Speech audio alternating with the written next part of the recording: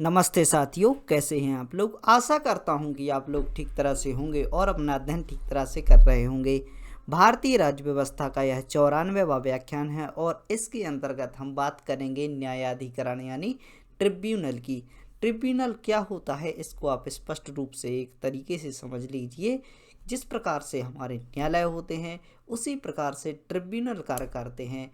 न्यायालय की प्रक्रिया काफ़ी कठिन हुआ करती थी, जिसमें कि हम देख सकते हैं कि बहुत सारे केसेस हमारे देश में पेंडिंग पड़े रहते थे। इन्हीं सब भीड़ भाड़ को निपटाने के लिए इस प्रकार के जो निकाय है उसकी स्थापना की गई, जिसे ट्रिब्यूनल कहा जाता है। तो आप समझ चुके होंगे कि यह किस प्रकार का कार्य करता है।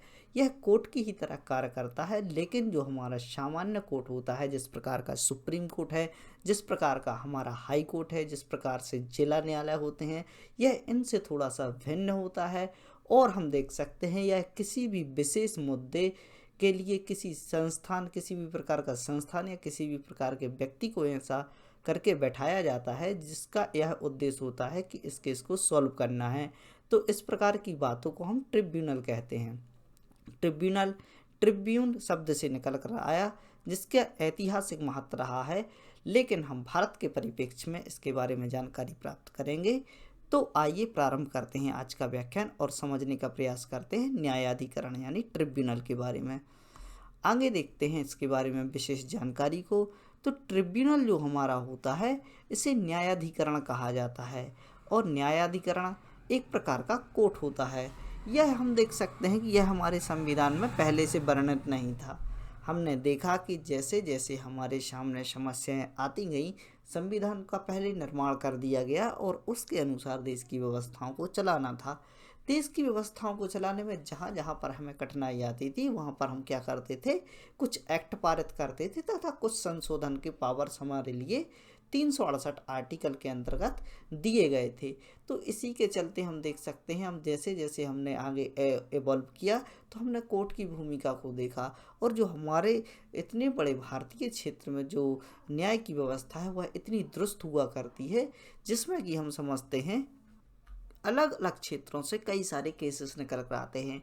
और इन्हीं केसेस के चलते आपने एक मूवी देखी होगी सनी देओल की, जिसका नाम है दामिनी, और दामिनी में वह डायलॉग बोलता है, तारीख पे तारीख, तारीख पे तारीख।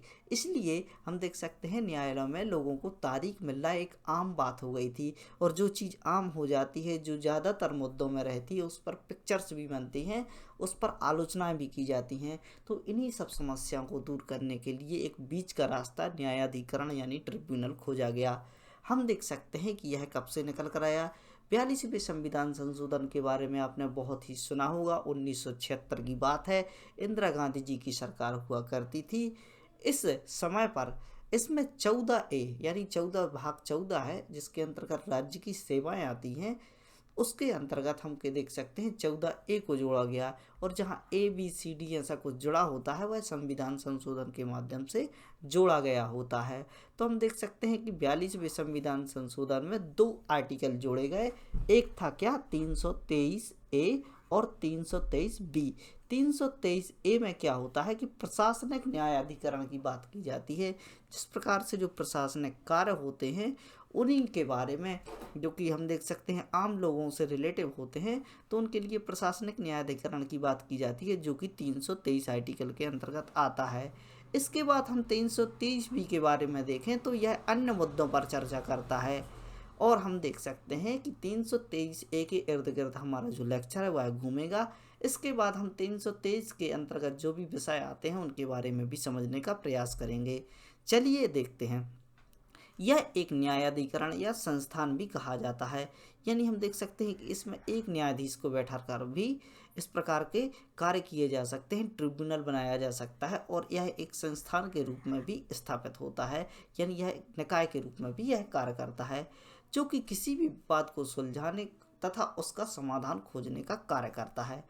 323A के बारे में देखें तो इसको जोड़ने के बाद प्रशासनिक न्यायाधिकरण 1985 लाया गया, यानी हम देख सकते हैं कि प्रशासनिक न्यायाधिकरण अधिनियम है वह 1985 में निकल कर आया, और 1976 में जो कि हमारा संविधान संशोधन हुआ था, तो ट्रिब्यूनल के लिए क्या कर दिए गए थे, 2 आर्टिकल में ट्रिब्यूनल की चर्चा कर दी गई थी। अब हम देख सकते हैं कि लगभग 10 से 12 वर्ष का जो समय होता है 1985 में जब हम आते हैं, तो इस समय पर क्या किया जाता है, इसके लिए एक एक्ट पारित किया जाता है और इस एक्ट में ट्रिब्यूनल के लिए एक विशेष रूप से खाका तैयार किया जाता है और इस खाके के अंदर क्या प्रावधान रखे जाने थे, किस प्रकार से हमारा ट्रिब्यूनल वर्क करेगा।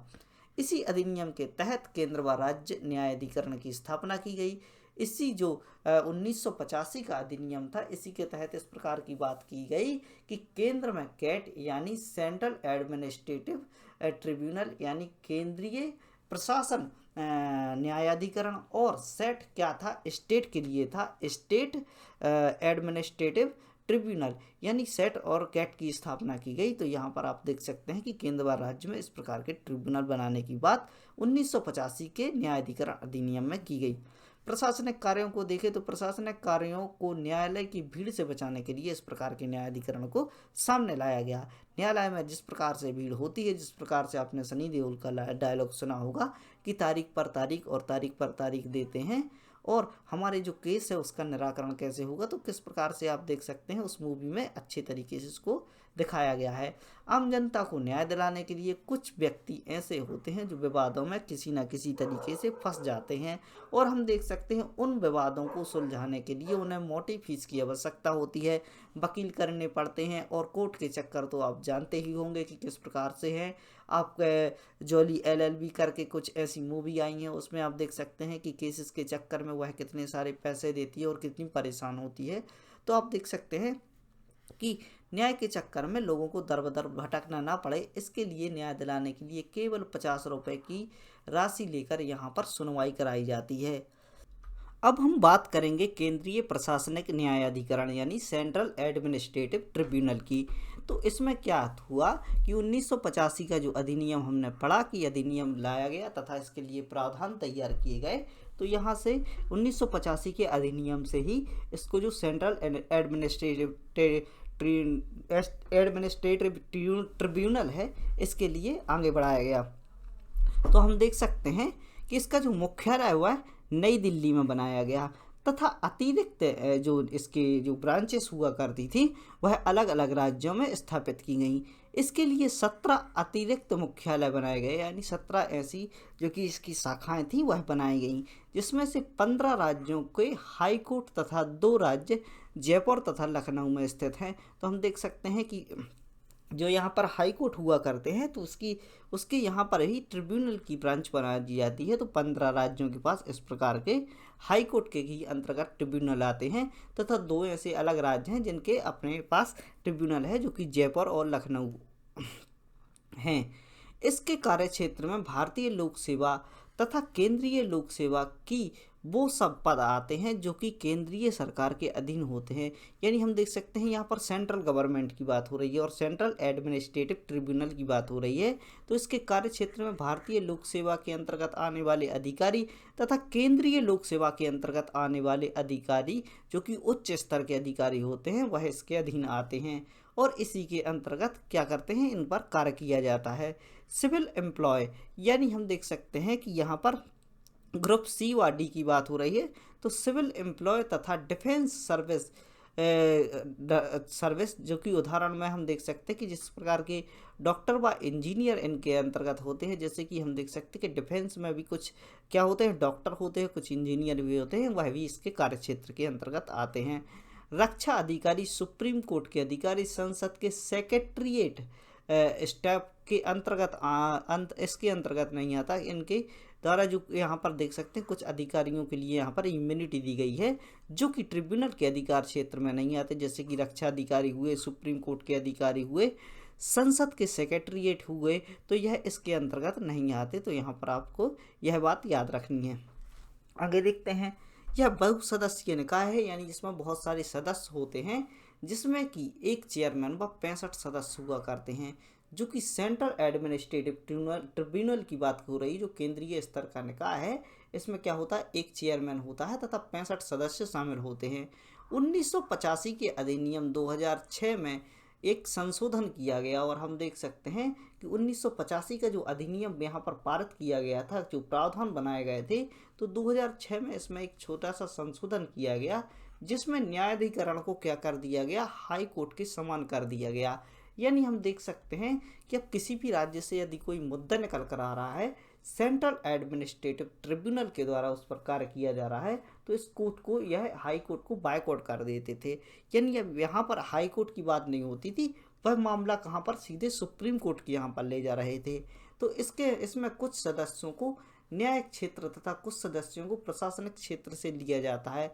यानी हम देख सकते हैं कि इसके जो कुछ सदस्य होते हैं न्यायिक क्षेत्र से होते हैं, यानी यहाँ पर कुछ वकील हुआ करते हैं या अधिवक्ता हुआ करते हैं जो कि इनके पास अच्छी कानून की समझ होती है, और कुछ ऐसे अधिकारी होते हैं, सदस्य होते हैं जो कि प्रशासनिक क्षेत्र से रिलेटिव होते हैं या प्रशासनिक क्षेत्र की जानकारी होती है। तो यह दोनों ही अप्रोच को लेकर चलता है। न्यायिक अधिकारियों तथा प्रशासनिक अधिकारियों के विरुद्ध यदि कोई मामला आता है तो उनसे निपटने के लिए न्यायिक क्षेत्र व प्रशासनिक क्षेत्र के ज्ञाता यहाँ पर मौजूद होते हैं। सदस्यों तथा अध्यक्ष की नियुक्ति किसके द्वारा, राष्ट्रपति जी के द्वारा की जाती है। तो आपको यह याद रखना है, केंद्रीय स्तर का निकाय है, सेंट्रल एडमिनिस्ट्रेटिव ट्रिब्यूनल है, और इसमें आप देख सकते हैं कि इसकी नियुक्ति क्या होती है, सदस्य एवं चेयरमैन की नियुक्ति राष्ट्रपति द्वारा की जाती है। चेयरमैन का कार्यकाल देखें तो 5 वर्ष और 65 वर्ष की आयु तक होता है। इनका जो कार्यकाल होता है 5 वर्ष का होता है और 65 वर्ष की आयु तक यह अपनी सेवा देते हैं। यदि हम देख सकते हैं कि यह 63 वर्ष की आयु में अपने पद को ग्रहण करते हैं, और हम देख सकते हैं कि 2 वर्ष बाद ही इनको रिटायर कर दिया जाएगा, यानी 65 वर्ष इनकी आयु यहाँ पर क्राइटेरिया रखा गया है। सदस्यों की बात करें तो इनका कार्यकाल भी 5 वर्ष का होता है, लेकिन यहाँ पर थोड़ी सी कन्फ्यूजन है कि जो इनका टेन्योर होता है वह क्या होता है, इनकी आयु होती है 62 वर्ष तक रखी जाती है। तो हम देख सकते हैं कि यदि इनकी 62 वर्ष आयु हो जाती है तो इनको रिटायर कर दिया जाता है। नियुक्ति की सलाह सिलेक्टिंग कमेटी द्वारा दी जाती है, और सिलेक्टिंग कमेटी जो गठित की जाती है इसके अध्यक्ष सुप्रीम कोर्ट के न्यायाधीश, यानी सबसे बड़ी न्यायिक अथॉरिटी जो कि माने जाते हैं सुप्रीम कोर्ट के न्यायाधीश, वह क्या होते हैं, ट्रिब्यूनल को जो नियुक्ति करने के लिए जो सिलेक्टिंग कमेटी बनाई जाती है उसके अध्यक्ष होते हैं, जो कि न्यायाधिकरण के लिए सिटिंग जज की नियुक्ति करते हैं। यानी न्यायाधिकरण के लिए जो सिटिंग जज यहाँ पर नियुक्त किया जाता है वह किसके द्वारा किया जाता है, सुप्रीम कोर्ट के न्यायाधीश के द्वारा। आगे देखते हैं, सेंट्रल एडमिनिस्ट्रेटिव ट्रिब्यूनल में आगे देखें तो इसकी नियुक्ति के संबंध में अपॉइंटमेंट कमेटी ऑफ कैबिनेट के समक्ष है। यानी अपॉइंटमेंट कमेटी ऑफ कैबिनेट जो यहाँ पर गठित की जाती है वह नियुक्ति के संबंध में कार्य करती है। इसकी अध्यक्षता स्वयं प्रधानमंत्री व गृह मंत्री करते हैं। यह सिविल प्रक्रिया संहिता 1908 के प्रावधानों के अनुसार कार्य नहीं करते। यहाँ पर बात हो रही है अंग्रेजों के ज़माने के जेलर की, 1908 की बात हो रही है, और 1908 में अंग्रेजों के समय सिविल प्रक्रिया संहिता बनाई गई थी, और उसके अनुसार हम देख सकते हैं हमारी जो दंड प्रक्रिया संहिता है जिसमें कि प्रोसीजर की बात होती है, किस प्रकार से लोगों को न्याय दिलाना है, तो उसके अनुसार यह कार्य नहीं करता। यह क्या करता है, सामान्य न्याय के सिद्धांत पर कार्य करता है। यानी सामान्य न्याय का सिद्धांत किस अप्रोच पर कार्य करता है, सामान्य न्याय में हम देख सकते हैं कि कोई भी व्यक्ति यदि उस पर केस दायर किया गया है तो आपको यह समझना है कि जैसे मान लो आप हैं तो आप पर कोई केस दायर किया गया है तो आपको मजबूर नहीं किया जाएगा कि आप अपने केस को, यानी आपके द्वारा जो आपके ऊपर जो आरोप लगाए गए हैं उनको आप अपने मुंह से क्या कीजिए, उसकी जानकारी दें कि मेरे द्वारा ही इस प्रकार का कार्य किया गया है, तो इस पर आपको दबाव नहीं डाला जाएगा। और नेचुरल जस्टिस में क्या होता है, दूसरी बात यह होती है कि व्यक्ति स्वयं के विरुद्ध कोई गवाही नहीं देता, यानी व्यक्ति स्वयं के विरुद्ध कोई गवाही नहीं दे सकता। इस प्रकार की इम्यूनिटी यहाँ पर फॉलो की जाती है। मात्र 50 रुपये की फीस लेकर, सामान्य सी फीस लेकर यहाँ पर केस का समाधान किया जाता है। केस से संबंधित व्यक्ति के अलावा अधिवक्ता भी यहाँ पर सुनवाई में भाग ले सकता है। यानी कोई ऐसा व्यक्ति है जो वहाँ पर नहीं जा सकता तो उसकी ओर से अधिवक्ता भी वहाँ पर कार्य करता है। लेकिन भाई कोर्ट का क्या होता है कि कोर्ट में आपको स्वयं से ही वहाँ पर मौजूद होना होगा। जब भी आपको बुलाया जाएगा आपको स्वयं वहाँ पर स्थित होना होगा। तो यह हम देख सकते हैं थोड़ा सा बीच का रास्ता है, आसानी से केस को यहाँ पर सॉल्व किया जाता है। एक समय पर इसे हाई कोर्ट से ज़्यादा शक्ति दे दी गई थी। तो मैंने कहा है कि एक समय ऐसा हुआ करता था जब इसको हाई कोर्ट से ज़्यादा शक्ति दे दी गई थी, यानी यह सीधा इसको बायकॉट करने लगा था। और हम देख सकते हैं कि 1997 में एक केस आता है जिसमें चंद्र कुमार केस कहलाता है। उसमें क्या कहा गया कि हाई कोर्ट को नज़रअंदाज करके सीधा सुप्रीम कोर्ट के पास जाना यह गैर संवैधानिक कार्य है, और इसी मुद्दे को लेकर न्यायाधिकरण की आलोचना भी की जाती है कि यह किस प्रकार से कार्य करता है कि हाई कोर्ट को भी कुछ नहीं समझता। आगे देखते हैं। इसके बाद न्यायाधिकरण की प्रक्रिया फिर से कठिन कर दी गई, चूँकि हम देख सकते थे कि यदि कोई केस जाता था तो पहले हाई कोर्ट में जाता था, फिर उसके बाद उसकी सुनवाई सुप्रीम कोर्ट में होनी थी। तो आलोचना तो की गई, लेकिन यह तो रास्ता सीधा सीधा था कि सीधा सुप्रीम कोर्ट के पास जा रहे थे। लेकिन इसके बाद थोड़ी सी यह कठिनाई आने लगी कि अब इनको क्या कर दिया गया, फिर से उस प्रक्रिया को गैर संवैधानिक बताते हुए इसको हाई कोर्ट से भी परमिशन लेनी होती थी। तो यह थोड़ी सी प्रक्रिया यहाँ पर कठिन हो जाती है। आगे देखते हैं। अब हम बात करेंगे स्टेट एडमिनिस्ट्रेटिव ट्रिब्यूनल के बारे में, यानी सेट की बात करेंगे। तो यहाँ पर क्या कार्य होता है, इसे भी 1985 के अधिनियम के द्वारा जो प्रावधान किए गए थे वहाँ से शामिल किया गया था। हमने देखा था कि सेट और कैट दोनों बनाए गए थे। वर्तमान में 9 राज्यों के पास इस प्रकार के न्यायाधिकरण हैं, जिनमें से आंध्र प्रदेश, हिमाचल प्रदेश, उड़ीसा, कर्नाटक, मध्य प्रदेश, महाराष्ट्र, तमिलनाडु व पश्चिम बंगाल व केरला आते हैं। मध्य प्रदेश, तमिलनाडु, हिमाचल प्रदेश ने इसे हटा दिया गया था, यानी इनके द्वारा ट्रिब्यूनल को अलग कर दिया गया था। केरला प्रशासनिक न्यायाधिकरण को 26 अगस्त 2010 को फिर से स्थापित कर दिया गया, यानी यहाँ पर केरला द्वारा भी इसको हटाया गया था, लेकिन हम देख सकते हैं 2010 में इसे फिर से स्थापित कर दिया गया। हिमाचल प्रदेश इसे शामिल कर लिया है, हिमाचल प्रदेश ने भी इसको शामिल कर लिया गया है, और तमिलनाडु भी इसको शामिल करने की बात कर रहा है। तो हम देख सकते हैं इतने राज्यों को आपको हल्की सी जानकारी लेनी है कि यह इसके अंतर्गत आते हैं। यह राज्य के अंतर्गत आने वाली न्यायिक व्यवस्था पर कार्य करता है। तो यह बात भी आपको याद रखना है कि जो सेट होता है वह राज्य में कार्य करता है, कैट होता है वह केंद्र में कार्य करता है। इसके अलावा हम देख सकते हैं कि इसके चेयरमैन व सदस्यों की नियुक्ति राष्ट्रपति द्वारा की जाती है। तो यहाँ पर आपको कन्फ्यूज़न नहीं करना है कि कन्फ्यूज आप हो सकते हैं कि जब केंद्र में कैट है, राज्य में सेट है, तो आप देख सकते हैं कि उसकी नियुक्ति राष्ट्रपति द्वारा की जाएगी एवं राज्य में गवर्नर द्वारा की जाएगी। तो यहाँ पर गवर्नर नहीं, यहाँ पर राष्ट्रपति द्वारा ही सेट की जो स्टेट एडमिनिस्ट्रेटिव ट्रिब्यूनल है इसके सदस्य एवं चेयरमैन को नियुक्त किया जाता है। दो राज्यों का एक साथ जेट यानी ज्वाइंट एडमिनिस्ट्रेटिव ट्रिब्यूनल भी बनाया जा सकता है। यह कार्य राष्ट्रपति के द्वारा ही किया जाएगा तथा राज्यों के गवर्नर से इस संबंध में सलाह ली जाएगी। तो यहाँ पर आप देख सकते हैं जेट के प्रावधान भी किए गए हैं। अब हम बात करेंगे 323B की, जो कि आपसे मैंने बोला था। तो इसमें हम देख सकते हैं यदि मुद्दे किसी कर, विदेशी व्यापार, आयात निर्यात से संबंधित है तथा मजदूर एवं भूमि सुधार जैसे मुद्दों पर कार्य करना है, तो यहाँ पर अनुच्छेद 323B की बात की जाती है। इसे 75वें संविधान संशोधन 1993 के माध्यम से जोड़ा गया था। तो आपको यह बात भी याद रखनी है। और इसके जो मुद्दे हैं वह आपको आयात निर्यात हुआ, मजदूरी हुआ, भूमि सुधार हुआ, इस प्रकार के। अब आप देख सकते हैं कि 323 व 323B ए तथा बी में अंतर क्या है। तो 323A में लोक सेवा से संबंधित मुद्दों पर कार्य किया जाता है। जो लोकसभा के कार्य क्षेत्र में लोग आते हैं, व्यक्ति आते हैं, आम व्यक्तियों से जुड़ा हुआ यह मैटर होता है, तो कहाँ पर आता है, 323A के अंतर्गत आता है।